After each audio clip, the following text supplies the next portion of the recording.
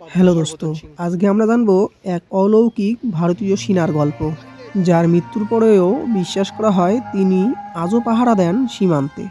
বলছি বাবা হরভজন সিংয়ের কথা। হরভজন সিং ছিলেন ভারতীয় সেনাবাহিনীর পাঞ্জাব রেজিমেন্টের একজন সৈনিক। তিনি 1966 সালে ভারতীয় সেনাবাহিনীতে যোগদান করেন। 1968 সালে সিকিমে এক দুর্ঘটনায় তিনি মৃত্যুবরণ করেন। তবে এখানেই থেমে যায় না তার গল্প। মৃত্যুর কয়েকদিন পর থেকেই সেনাবাহিনীর সহকর্মীরা দাবি করেন হরভজন স্বপ্নে এসে সতর্ক করছেন সম্ভাব্য বিপদের কথা।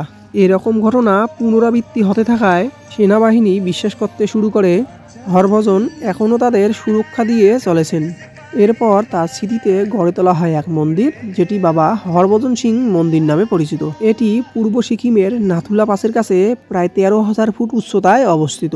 এখনও সেনারা তার জন্য জলখাবার রেখে যান, তার জুতো পোশাক পরিষ্কার করেন। এখনও তার অফিস এবং লিভিং রুম তথা সব কিছুই কিন্তু এখনও রয়েছে। এই মন্দির শুধু সেনা সদস্যদের জন্য নয়, সাধারণ পর্যটকদের কাছে এক আশ্চর্য অনুভূতির স্থান। মানুষ বিশ্বাস করেন বাবা এখনও পাহারা দেন দেশের সীমান্তে। এভাবেই এক সত্যিকারের দেশভক্ত সৈনিক মৃত্যুর পরেও হয়ে উঠেছেন ভক্তি ও বিশ্বাসের প্রতীক।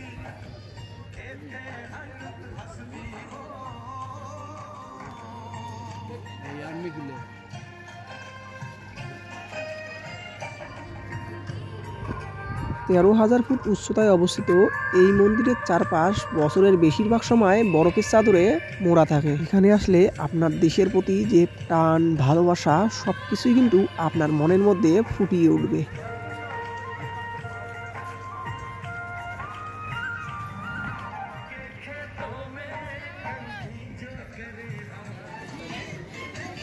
আর এই ঘরের ভিতরে এই প্রসাদ দেয় তথা মুড়ি এবং কিশমিশ দেন।